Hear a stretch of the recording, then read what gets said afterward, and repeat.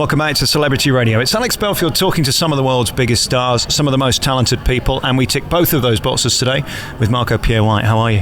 Hello, how are you? Well, I'm delicious, thank you. I've just spent an hour with you chatting about everything and all sorts, and it's so thrilling because I've watched you for so long and you're so brilliant at what you do, and you just get on with it, don't you? You're not interested in the nonsense and shenanigans.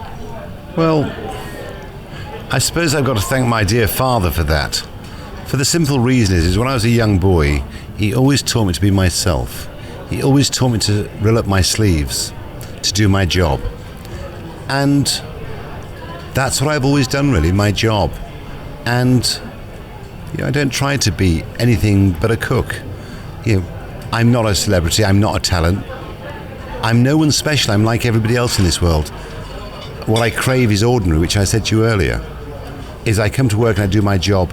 And my job today, really, if I'm honest, is inspiring the young, like having the catering students come and visit me this afternoon and show me respect and kindness. And I only hope that my stories and my philosophies and my thoughts inspire them. The last thing I said to them today is a story is more important than a recipe. A recipe can confuse you, but a story can inspire you. And if we're all brutally honest with ourselves, it's the stories that people told us when we were young which inspired us. And, when I was a young boy, I had that privilege of working with people like the great Michael Lawson at the Box Tree, the great owners of the Box Tree, Mr. Reed and Mr. Long, Ken Lamb the baker, Albert Roux, Pierre Kaufman, Nicolas Denis, the great Raymond Blanc. But what did they really teach me? Was how to tell stories, how to inspire people. That's what's important. A recipe, as I say, it can confuse. It reminds me of something that Brian Clough said to me many years ago when I was just starting in the business. He said, just remember, son, nobody will ever remember what you say but how you make them feel. And I thought that was so profound. It's a bit like that with a dining experience, isn't it? Or just sitting opposite somebody like yourself. You don't remember the intricacies of it, you just remember how it made you feel. For me, it's all about the emotional impact. The impact a person has on me, the impact an establishment has on me, the impact a plate of food has on me. And so Brian Clough was 100% correct. We forget, up to a certain extent, 90% of what people say to us. But what we will never forget is the emotional impact that individual has had on us. And when people have that ability to touch others, whether it's you with your radio, whether it's people like Brian, whether it's individuals like myself today with those college students. I'm not saying I touched every college student. I tried to, and if I did, then I succeeded. But if 4 or 5 of them walk away with one or two of those little philosophies, and the most important one I told them today was perfection is lots of little things done well. It's that simple. And to be honest with themselves, what do they really want out of life? It may sound a little grown up, but plot your life in 5-year blocks. Where do I want to be in 5 years? That's what I always did as a child. And as I say, the most important is like I say to my daughter every day of my life. I say to my little girl, nighttime is for creating dreams, and the daytime is for making them come true. And that's what I really believe. We go to bed every night and we dream. But in the daytime, we have to take those dreams and we have to make them come true. Because if you have a dream, then you have a duty and a responsibility to yourself to make it come true. If you don't make it come true, then you're a dreamer, you're a fantasist. And in the end, you'll be unhappy. So be honest with yourself. And through honesty within yourself, then you'll be honest with your dreams. It's what's within you. And find the confidence to bring it out of you and make it come true. How difficult is it finding people who care as much as you do, who represent you? I mean, you have restaurants in almost every major city, several in London. Here we are today in Nottingham at the Alea Casino. Is it tough finding people with the passion that you had when they were at your stage in that career? Everyone is an individual. Everyone is different. To expect others to be like you, in my opinion, is wrong. Respect people for who they are and for their capabilities and their strengths. As I always say in life, look at a person's strengths, not their weaknesses. If you understand and see their strengths, then you'll respect their weaknesses. If you only look for their weaknesses, you'll never see their strengths. It's about being honest. And a kitchen is made up of many talents, many individuals. Some people have more talents than others and some have less. But everyone's got their strengths. I remember when I was a young man, a man called Roland Lahore, who was without question one of the great chefs I ever worked with. Not famous, but a great cook. He said, Marco, in a kitchen, you need your donkeys and you need your artists. If they're all artists, they'll argue and fall out with each other. If they're all donkeys, nothing will ever get done. What he was really saying was respect individuals. Everyone plays an important part in the end product. It's all about what you put on the plate. It's about making people's evening. And you know something? Some of the most solid people in my life who surrounded me were never the greatest talents. The people who created the most stability in my life tended to be the donkeys. The ones who didn't have natural talent, the ones who it didn't come natural to, they had to work really hard. They had to give themselves. They had to fight to keep up with the team. They had bigger hearts than people who had natural talent. And sometimes in life, the ones who didn't have the natural talent, they surface. The ones with the natural talent, they just take it for granted and they fade away because they thought they were so special. But one of my favourite stories in life was always the hare and the tortoise. And when I realised in my life that I was a tortoise, not a hare. When I was a young man, I thought I was a hare. But I was a tortoise. And that's the truth. When did you wake up with this clarity and this philosophical understanding? I mean, were you born with it or did this come later in life?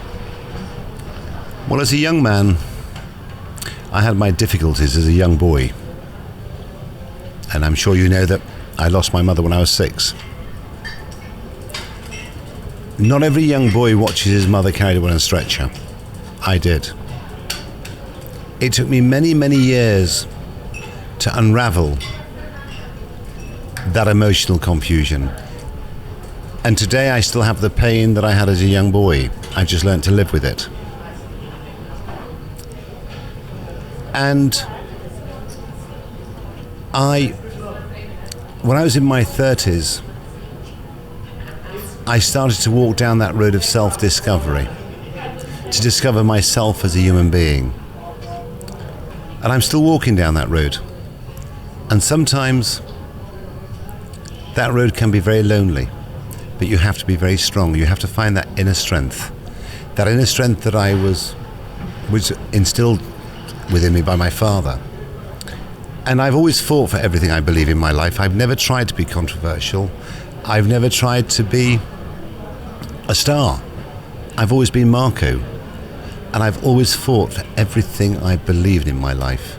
And I've always put foundation behind my statements. But I started to walk down that road of self-discovery. And I think in life, if you find that inner strength to discover yourself, then you do things for the right reason, not the wrong reason. You fall in love for the right reason, not the wrong reason.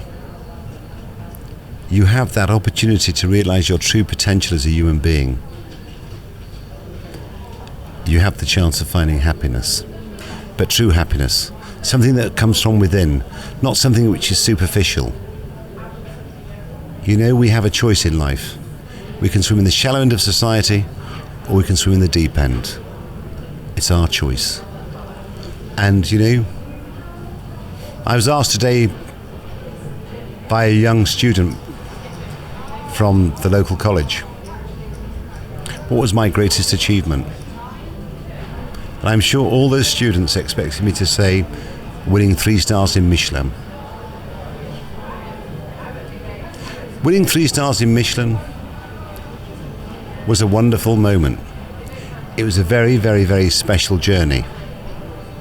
But let's not forget, the men in rubber have less knowledge than me. So when they gave me 3 stars, no disrespect to them, it doesn't mean that much. Had I been given 3 stars by great chefs, by the Bocuses of this world, by the Alain Chapelles, by the Fernand-Poins, that's different. Then you join a very special club. And that's why it was so easy to walk away from my achievements. My greatest achievement, as I told the young lady and her fellow students, was to be given respect of my industry, to be accepted by my industry. And that's all I ever craved for, that's all I ever worked for, was to be respected and not to be treated like a second-class citizen. And I fought for everything in my life. And people and the media can criticize me as being controversial, but I can assure you I'm not. I'm just a boy who fights for what he believes in. And I'll always stand up, and you can knock me down, and that's fine. I'll never allow anyone to pick me up. I'll always dust myself down and stand up in my own time and walk straight. You said something very moving earlier. You said that you conduct yourself today with your mother in your mind's eye, and that's how you operate professionally and personally, and in how you treat other people. I thought that was very moving. Well, my mother was a very special person, and she, without question, is my moral compass. I mean, and I often speak to my mother, and I ask her what she would expect of me or what she would think of me and what decision should I make. And I'm not saying I've got it right, because I haven't. I've made many mistakes, and if I'm brutally honest, I've mostly made more mistakes than most people in my life. But having said that, I've mostly taken more risks than anybody in my life. And so, to make all those mistakes, there is nothing wrong in making mistakes. But you have to be honest with yourself that you have done wrong, you have made mistakes. But through that understanding and acceptance, then you have the opportunity to take the knowledge from that mistake. And it's about fighting for what you believe in. And it's about being correct, it's about being proper, and it's about assisting the next generation, like I did today with, every time I come to Nottingham, I speak to the catering students. And today it may mean little to them, but it's about sowing those seeds. And it's about doing what you do well. I can't make anyone a 3-star chef, but what I can do is instill 3-star Michelin. And the most important line I taught those young students today was, I said, when I was your age, there was 3 things chefs never did. We never turned up late for work. We never walked out. And we never phoned in sick. We did our job. Because when I was a boy, it was a blue-collar trade. We weren't celebrities, we weren't famous. And if I'm brutally honest today, we're still not. We're still cooks. And because people want to show us attention, because people want to interview us, because people want to put us on TV, that's fine. Use those vehicles to deliver your message, to inspire the young who are watching those shows, to make them want to better themselves, because that's what my father and my mother wanted of me, was to better myself as a human being. What does it feel like when you drive down a street and see your face 10 foot high on the window of a restaurant that you own, or on a billboard where they're promoting you? I don't like it, because it doesn't represent me. Yes, I accept that I'm a brand, and yes, I accept that I use my brand to assist in earning income. I'm like everybody else in this world. I have to go to work. I wasn't born rich. I wasn't born with privileges, and even if had I been born with all those privileges and true wealth, I'd still go to work, because I think it's hard work that brings out the truth within a person. I think people who think it's beyond them. I think people who think they're too good to do something, that what's the word I'm looking for, is entitlement. No. It doesn't wash with me. Yeah, I came from a council estate. I went to school with holes in my shoes. I was mostly one of the poorest kids at school, with no mother. I know what it's like to be treated like a second-class citizen. I know what it's like to work hard. And I will work hard until the day I die, because that's my nature. I will share my story. I will inspire the young, because that's what I want to do. Because that's really my job now. I realise my dreams, so therefore I must assist in others in realising their dreams, no matter how big or how small. We have a duty. It's about passing on that baton. Do you ever consider how magnificent your achievements have been, bearing in mind where you came from, as you just described, and how remarkable it is that you're sat here today in your own restaurant, one of many, which is so rare. Most restaurants close, I think, within the first year. It's got an 80% failure rate. You've been the anomaly. You've been the success. But remember, not everything I've done in my life has been a success. You know, when you get into a certain position in life, you're big enough to sweep things under the carpet. It's what the corporate world specialises in. Large institutions do it all the time. They sweep things under the carpet. But you know, you have a go. How can you criticise people for having a go? How can you criticise people for employing people, for sharing their knowledge? Certain newspapers love to attack the heroes. In America, individuals who come from humble beginnings and they succeed in life, they support them, they back them, they admire them. This country, the media want to break us. It's a story. And you know, it saddens me, but you know something? It doesn't dishearten me. You know, my mother called me Marco, and that's the name I'll have until the day I die, and I'll always stand up for what I believe in and for what my mother and father brought me into this world to fight for. And you know, look, okay, I accept I'm not part of the establishment. I'm not that round peg that fits in a square hole. But you know, I am who I am. But you know, my industry, they respect me, they admire me, and they see what I've done for my world.